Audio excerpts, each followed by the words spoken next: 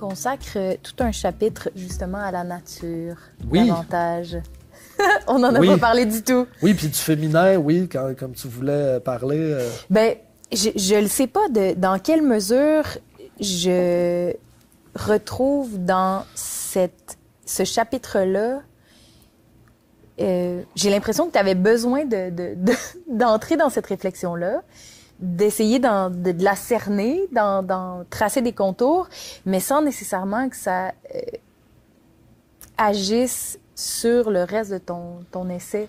C'est comme, je le trouve alien, ce chapitre-là, dans ton ouvrage. Dans le fond, tu as raison de le trouver peut-être un peu différent, extérieur, parce que ça a été le chapitre le plus difficile à écrire, en quelque sorte, parce que tout le long, j'agissais sous l'angle des blessures collectives, je faisais des liens, le fil conducteur, la colonne vertébrale est vraiment solide.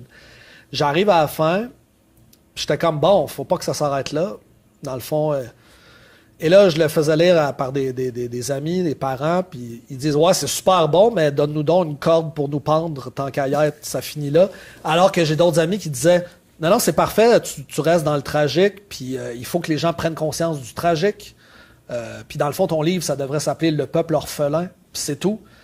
Et moi, il y a quelque chose qui... J'étais incapable de demeurer dans le tragique. Probablement que c'est ma personnalité, probablement que j'ai eu beaucoup trop d'amour dans ma vie pour voir mourir quelque chose auquel j'attribue autant de valeur, que je trouve beau.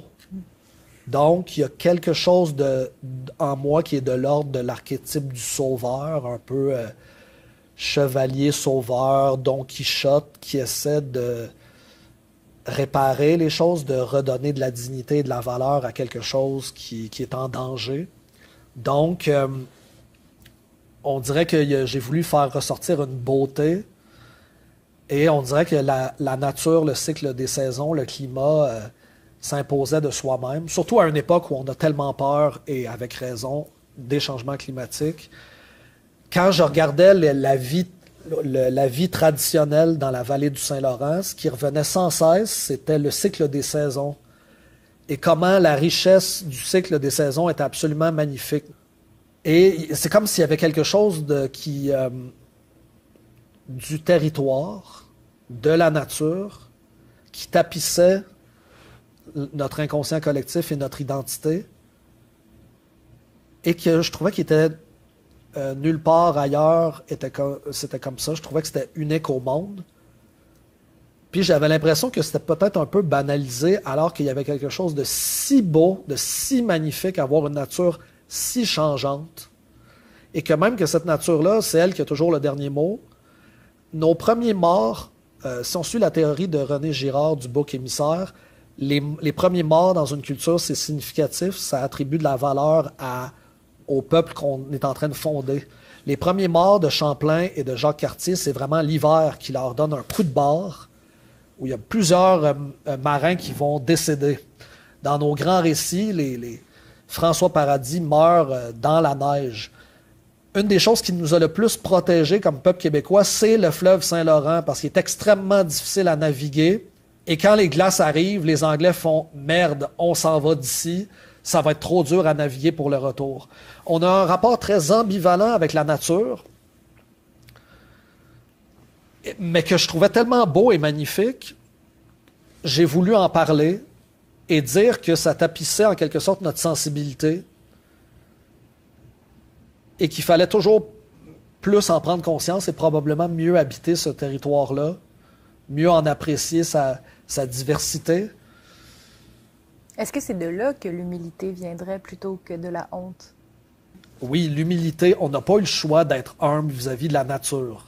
C'est une très bonne remarque. D'ailleurs, je suis tout à fait d'accord avec toi. Dès les débuts, c'est comme « Hey, tu penses que tu vas faire le SMAT ici? » Il y a des nations qui sont en communion avec la nature depuis des milliers d'années. Ils ont travaillé très, très fort. Là, on va vous prêter beaucoup de choses, on va vous apprendre, parce que le climat ici est extrêmement rude et difficile. Merci, heureusement, que vous nous aidez. Et là, il se crée un espèce de peuple de son propre genre, sui generis, ce qu'on va appeler le français algonquinisé ou encore le sauvage blanc. L'habitant retient beaucoup du sauvage en quelque sorte pour ça. Là, évidemment, le mot sauvage, pas au sens péjoratif, bien sûr. Et face à Mère Nature, non, s'il y a une tempête, il y a une tempête, tu dois de respecter la nature, mais avec tous ses fruits et son abondance. Mais c'est une nature qui est ambivalente aussi. Et dans l'inconscient collectif, et ça, je tiens ça de Simone de Beauvoir dans Le Deuxième Sexe, la nature est fortement associée au féminin. Et le rapport que l'homme entretient avec la nature est ambivalent. Il exploite la nature, mais en même temps, il va mourir dans cette nature-là. Les marins vont projeter le féminin sur l'océan. Ils vont dire que l'océan est femme. Oh, la mer est dure à dompter aujourd'hui. Ils vont projeter inconsciemment dans leur désir, leur inconscient, du féminin partout, sans s'en apercevoir. Et beaucoup dans la nature. L'association de l'eau au féminin et à la mer est très là. Et quand il arrive ici des orphelins qui arrivent de France, autant les orphelins comme les filles du roi que les hommes vagabonds itinérants qui viennent s'établir ici sont des orphelins qui arrivent dans une nouvelle terre-mère, une mer nourricière, mais très difficile par contre. Il y a l'ambivalence avec la nature qui donne, mais la nature qui prend aussi. Quand on dit la nature reprend ses droits, c'est tout à fait le cas. Et ça, oui, une humilité, mais celle-là, je la trouve belle, cette humilité-là, face à la nature. Je la trouve très, très belle.